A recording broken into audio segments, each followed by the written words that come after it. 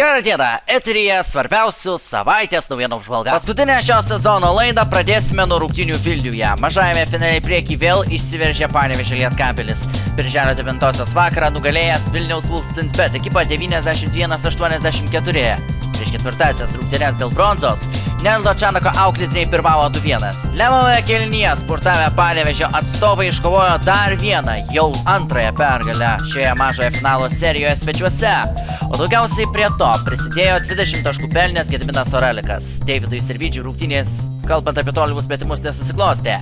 Iš 9 tritaškių jis pataikė vieną, tačiau vis tiek surinko 18 taškų, 14 pridėjo Džordžio Gagičius. Vilniaus ekipoje rezultatyviausiai žaidė po 16 taškų pelnė Regimantas Minutas ir Trišanas Darmanas. Darmanas atkovojo ir 9 kamuolius. 13 surinko Rašydas Salamanas, tačiau šių pastangų buvo maža. Wolfsburg ekipa atsidūrė ties nepajudėtina situacija. O dabar keliamės į Kauną, kur trečiosiose didžiojo finalo rungtynėse Vilniaus Ryto krepšininkai galėjo uždaryti kovą su Kauno Žalgiriu.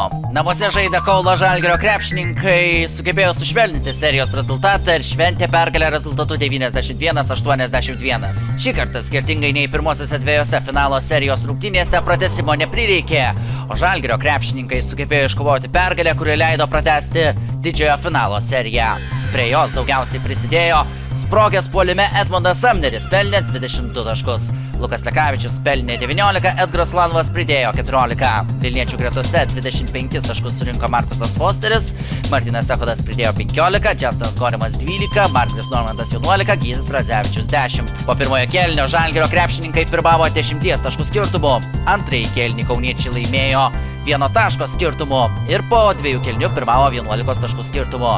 Trečiasis kėlinys baigėsi lygiai, tad prieš ketvirtąjį kėlinį kauniečiai turėjo dviženklę persvarą, o ketvirtajame kėlinyje kauniečiams pavyko atsilaikyti prieš paskutinius vilniečių bandymus ir Kauno ekipa šventė pirmąją pergalę didžiojo finalo serijoje. Rungtynių metu buvo pagerbtas legendinis Kauno komandos snaiperis Artūras Vilaknis.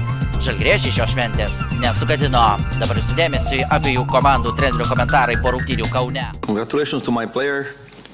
They lead the whole game. Sveikinimai mano žaidėjams, kurie pirmavo visas rungtynes. Žaidėme su gera energija, turėjome daug pagalbos iš žaidėjų, kuriems iki šiol sekėsi prašiau. Padarėme darbą, galime būti tik geresni. Laimėjome prieš gerą pasirodymą rengusi Fosterį, kuris pataikė svarbius metimus. Tai sako daug apie mūsų pasirodymą. Turime pasiruošti, atsišviežinti mačui Vilniuje, nors kamuolys yra Ryto pusėje. Esu tikras, kad galime būti geresni. We won against a great performance of Marcus Foster. He hit big shots, and that says a lot about our performance. So now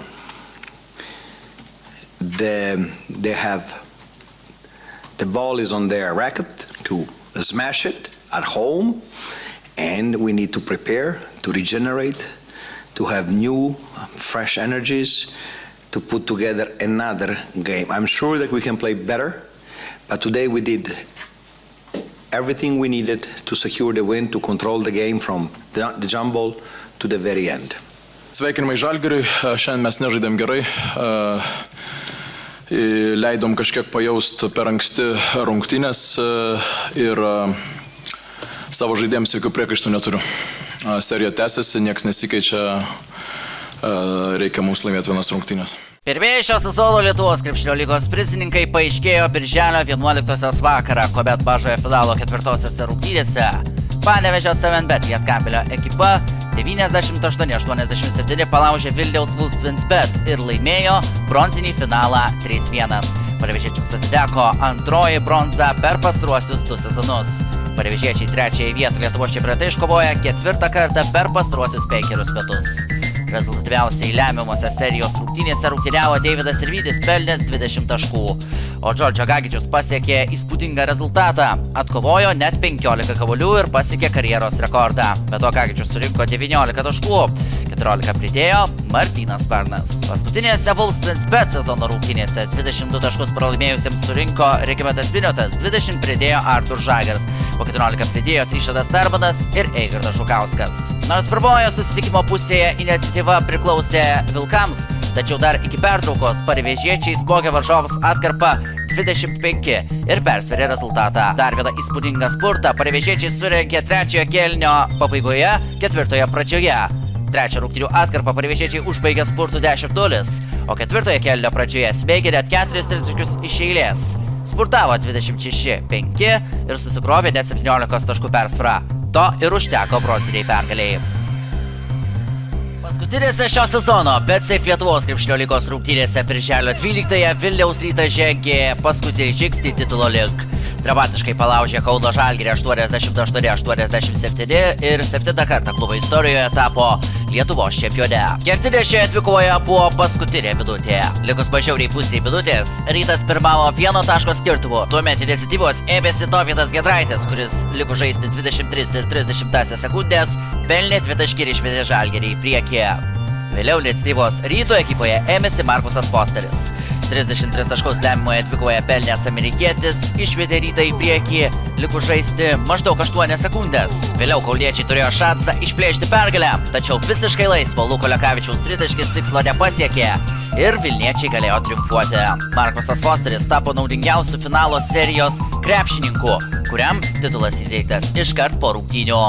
Ryto gretose paskutinėse sezono rungtynėse 15 taškų surinko Gytis Radzevičius, 11 RJ Kaulas, Žalgirio ekipoje 21 tašką surinko Edmundas Samneris, 19 Laurino Biručio sąskaitoje pastarasis atkovojo 9 kamuolius, Lukas Lekavičius pelnė 16, Arnas Butkevičius 10.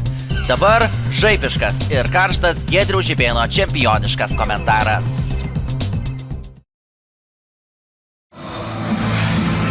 Mūsų vyrai geriausi. Nusipelnė laimėti tikrai. Wow, kas šiandien darėsi Vilniui ir kas svarbiausia, kas darysis. Turim pripažinti, paskutinius 3 metus dominuojam LKL-ę. Pernai per 2 minutės, užpernai laimėjom, šiemet vėl 3-1. Tikimės, kad tokia Ryto era ir tęsis toliau. Su pergalė, gero vakarėlio. Nugalėtojų strategas Giedrius Žibėnas tapo tik antrų Ryto treneriu per visą klubo istoriją, kuriam pavyko iškovoti Lietuvos čempionų titulą 2 kartus. Pirmojų ir vieninteliu treneriu, kuriam pavyko LKL čempionų titulą 2 kartus iškovoti su Vilniaus ekipa, iki šių metų buvo Rimas Kurtinaitis, kuris Rytą į čempionų sostą atvedė 2008-2009 ir 2009-2010 metų sezonuose. Tai ir viskas. Laida Krepšinio savaitė atsisveikina su 2023-2024 metų krepšinio sezonu ir dėkoja visiems už dėmesį viso sezono metu. Su jumis buvo Žygimantas Jurgėnavičius, atsisveikinu iki kito sezono. Geros vasaros.